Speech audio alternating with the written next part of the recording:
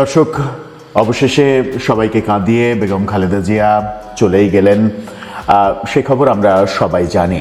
ভোর 6টায় তার মৃত্যুর ঘোষণাটা দেয়া হয়েছে। যখন মৃত্যুর ঘোষণা দেয়া হয় তখন পরিবারের সবাই হাসপাতালে উপস্থিত ছিলেন। গত মধ্যরাতেই আমরা আশঙ্কা করেছিলাম এরকম কিছু একটা হতে যাচ্ছে, যখন আমরা মধ্যরাতে একটি ভিডিও তৈরি করে আপনাদেরকে বলেছিলাম যে রাত 1টার সময়ে কেন হাসপাতালে পরিবার পরিজন ছুটে যাবে। তারপরে রাত 2টার পরে প্রেস ব্রিফিংয়ে জানিয়ে দেওয়া হয়েছিল ডাক্তার জাহিদ, যিনি সার্বক্ষণিক চিকিৎসা তদারকি করছেন, তিনি জানিয়ে দিয়েছিলেন যে আসলে দোয়া ছাড়া কোনো উপায় নেই, দেশবাসীকে দোয়া করতে হবে। ভোর 6টার দিকে মৃত্যু নিশ্চিত করলেন ডাক্তাররা। বেগম খালেদা জিয়ার মৃত্যু একটি ঐতিহাসিক ঘটনা। দীর্ঘ রাজনৈতিক ক্যারিয়ারের শেষ হলো এবং একটা ব্যাপার বেশ ভালো হয়েছে বোধহয়, সেটা হচ্ছে তার বড় ছেলে বিএনপির ভারপ্রাপ্ত চেয়ারম্যান তারেক রহমান, তিনি দেশে আসতে পেরেছেন এবং তার শেষ বিদায়ের সময়ে পাশে থাকতে পেরেছেন। এটা একটা বড় ব্যাপার, যেটা নিয়ে অনেক আলোচনা হচ্ছিল যে তারেক রহমান মায়ের মৃত্যুর সময় আদৌ থাকতে পারবেন কিনা।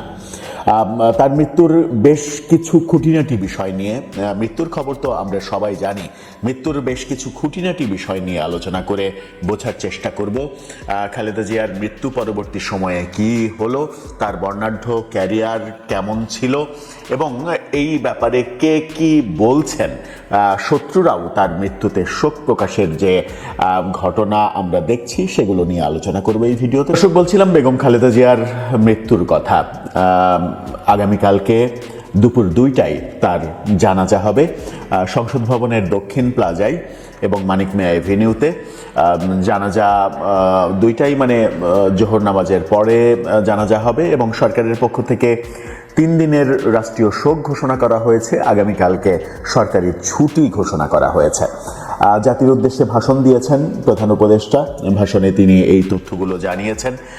কালকে ছুটি ঘোষণা করা হয়েছে যেন বেগম জিয়ার জানাজায় সবাই নিজের ইচ্ছা মতো মুক্ত হয়ে আসতে পারেন, যেন চাকরির বাধা না থাকে, সেরকম কারণেই ছুটি দেওয়া হয়েছে এবং এটা এক ধরনের তাকে সম্মান জানানোও বটে। বেগম খালেদা জিয়া যখন মৃত্যুবরণ করেন, তার মানে মৃত্যুর ঘোষণাটা যখন দেয়া হয়, তখন তার পাশে কারা ছিলেন? তার শয্যা পাশে ছিলেন তার বড় ছেলে বিএনপির ভারপ্রাপ্ত চেয়ারম্যান তারেক রহমান। এ সময় হাসপাতালে আরও ছিলেন তারেক রহমানের স্ত্রী জোবাইদা রহমান, ছিলেন মেয়ে জাইমা রহমান এবং প্রয়াত ছোট ছেলে বেগম খালেদা জিয়ার আরাফাত রহমান কোকোর স্ত্রী শর্মিলী রহমান সিথি। তারা উপস্থিত ছিলেন। স্বজনদের মধ্যে ছোট ভাই শামীম ইস্কান্দার, তিনি শয্যা পাশে উপস্থিত ছিলেন, ও তার স্ত্রী ছিলেন। বড় বোন সেলিনা ইসলাম সহ পরিবারের অন্য সদস্যরাও শেষ সময়ে হাসপাতালে উপস্থিত ছিলেন। এছাড়া বিএনপি মহাসচিব মির্জা ফখরুল ইসলাম আলমগীর এবং বেগম খালেদা জিয়ার চিকিৎসায় গঠিত মেডিকেল বোর্ডের চিকিৎসকরা প্রায় সবাই, বাংলাদেশে যারা ছিলেন সবাই এ সময় উপস্থিত ছিলেন এবং পরিবারের সবার উপস্থিতিতে ভোর 6টার দিকে খালেদা জিয়াকে মৃত ঘোষণা করা হয়। খালেদা জিয়ার মৃত্যুতে অনেকেই শোক প্রকাশ করেছেন। ভারতের প্রধানমন্ত্রী নরেন্দ্র মোদী সামাজিক যোগাযোগ মাধ্যমে খালেদা জিয়ার সঙ্গে নিজের 2টি ছবি সহ পোস্ট করেছেন। সেই পোস্টটা আপনারা দেখে নিতে পারেন। সেই পোস্ট দিয়ে তিনি শোক প্রকাশ করেছেন। তার পোস্টটা দেখলেই আপনারা বুঝতে পারবেন। এছাড়া মানে সব থেকে অবাক করা ব্যাপার যেটা, সেটা হচ্ছে যে খালেদা জিয়ার মৃত্যুতে শোক প্রকাশ করেছেন প্রাক্তন প্রধানমন্ত্রী, ক্ষমতাচ্যুত প্রধানমন্ত্রী শেখ হাসিনার ছেলে সজীব ওয়াজেদ জয়, যেটা হয়তো অনেকের কাছেই প্রত্যাশিত নয়, অপ্রত্যাশিত, কিন্তু তারপরেও তাদেরকে শোক প্রকাশ করতে আমরা দেখেছি, যেটা রাজনীতিতে একটা ভালো লক্ষণ, একটা শুভ বুদ্ধির পরিচয়, যে মানুষের এরকম একটা সময়ে শত্রুতা ভুলে শোক প্রকাশ করা, সহমর্মিতা জানানো, এটা একটা চরম মানবিক দিক হিসেবে পরিলক্ষিত হতে পারে। আহ, এছাড়া চলচ্চিত্র টেলিভিশন অঙ্গনের অনেকেই যাদেরকে আওয়ামী লীগ তকমা দেয়া হয় তাদের মধ্যেও অনেকে বেগম খালেদা জিয়ার জন্য শোক প্রকাশ করেছেন, যাদের মধ্যে শাকিব খান, যাকে গত 15ই আগস্টে একটা ফেসবুক পোস্ট দেওয়ার জন্য আওয়ামী লীগের দোসর হিসেবে বলার চেষ্টা করা হলো, সেই শাকিব খান, অপু বিশ্বাসরা শোক প্রকাশ করেছেন। এই প্রজন্মের নায়ক সিয়াম সহ অনেকেই শোক প্রকাশ করেছেন।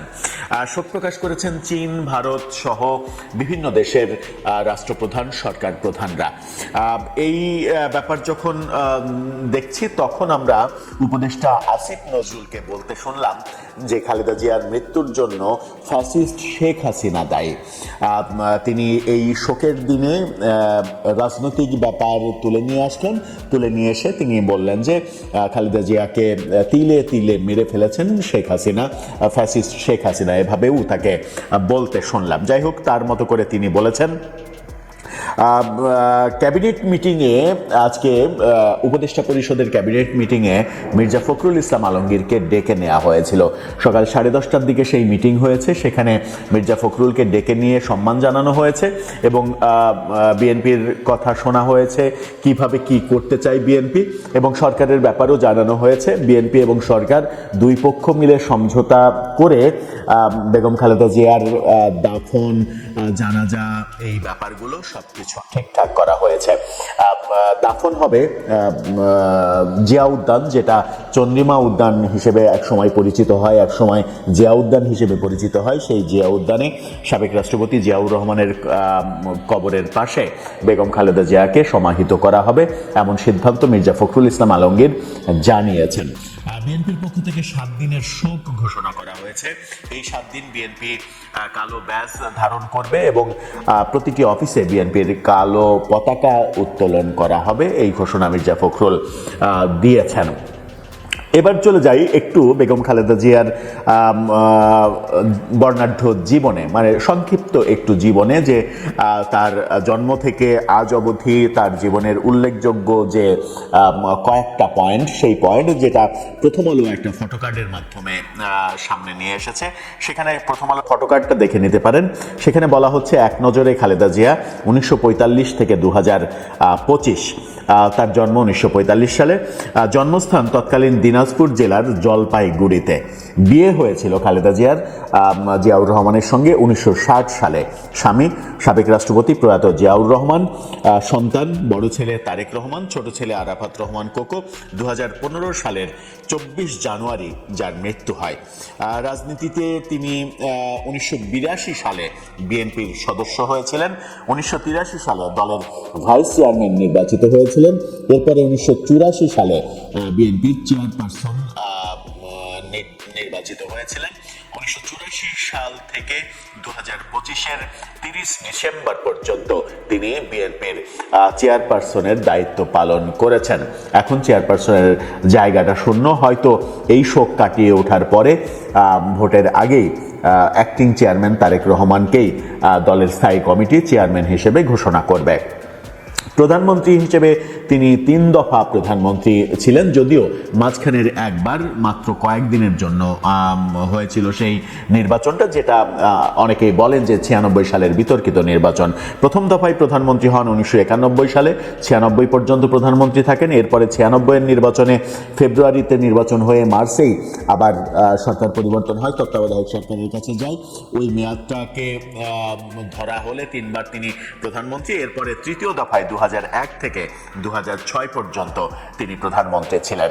প্রধানমন্ত্রী থাকাকালীন সব থেকে সফলতা তার এবং কোনো ধরনের সমালোচনা ছাড়া, সফলতার ব্যাপার কোনো ধরনের না, মানে মোটামুটি কম সমালোচনা ছাড়া সফলভাবে তিনি প্রধানমন্ত্রিত্ব করেছেন 1991 থেকে 96। এই সময়টা 2001 থেকে 2006-এর শাসনামলে বিএনপির অনেক ধরনের কর্মকাণ্ডে নানাভাবে সমালোচিত হতে হয়েছিল তার সরকারকে। সেগুলো সব কিছু ডিঙিয়ে 2025 সালের 30 ডিসেম্বর তিনি যখন মৃত্যুবরণ করলেন, তখন কিন্তু তিনি রাষ্ট্র ক্ষমতায় নেই। রাষ্ট্র ক্ষমতায় না থাকা সত্ত্বেও তিনি কিন্তু এক বিরল সম্মান পেলেন। এটা একটা বিরল ঘটনা, এটা একটা বিশাল ঘটনা।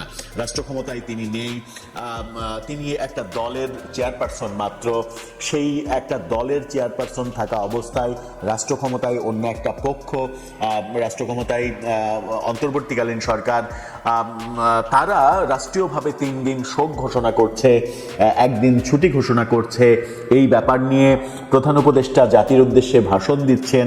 এই যে বিদায় বেলাটা, বেগম খালেদা জিয়া আমার মনে হয় যে অনেক বেশি সৌভাগ্যবান যে বিদায় বেলাটা তার অনেক বড় সম্মানের সাথে বিদায় হলো, যেটা হয়তো সবার ভাগ্যে জোটে না। এই মুহূর্তে যদি গত বছরে 2024-এ শেখ হাসিনা সরকার পতন না হতো, তাহলে আজকে শেখ হাসিনা সরকারই ক্ষমতায় থাকতো। আর শেখ হাসিনা সরকার ক্ষমতায় থাকলে নিশ্চিত করে তার মৃত্যুর ঘটনা ঘটলে জাতীয় শোক ঘোষণা করা হতো না, কিংবা ছুটি ঘোষণাও করা হতো না, হয়তো একটা শোক বার্তা দেয়া হতো, শোক জানানো হতো, সহমর্মিতা জানানো হতো। কিন্তু এই যে মানে অন্তর্বর্তীকালীন সরকার যে সম্মান দিলেন তাকে, এই সম্মানটা হয়তো তার হতো না। সেই ক্ষেত্রে বেগম খালেদা জিয়াকে অনেক বেশি ভাগ্যবান বলতেই হয়। যে সময় সাবেক প্রধানমন্ত্রী শেখ হাসিনা দেশেই থাকতে পারছেন না, সেই সময় দেশের মাটিতে মৃত্যুবরণ করে ক্ষমতায় না থাকার কালীন সময়েও এই বিরল সম্মান হয়তো ইতিহাস অনেক দিন মনে রাখবে। একটা ব্যাপার সেটা হচ্ছে যে ভুল ত্রুটির ঊর্ধ্বে কোনো মানুষই নয়, তারও হয়তো অনেক ভুল ছিল, তারও অনেক সমালোচনা ছিল, অনেক কিছু থাকতেই পারে। কিন্তু একজন মানুষের যখন মৃত্যু হয় তখন স্বাভাবিকভাবে সবাই সেগুলো ভুলে যায়, ভুলে গিয়ে তার পজিটিভ দিকগুলোই সামনে নিয়ে আসে। বেগম খালেদা জিয়াও একজন রক্ত মাংসে গড়া মানুষ, তারও অনেক ভুল ত্রুটি থাকতেই পারে, হয়তো ছিল, না থাকার কোনো কারণও নাই, কারণ মানুষ মাত্রই ভুল থাকবেই।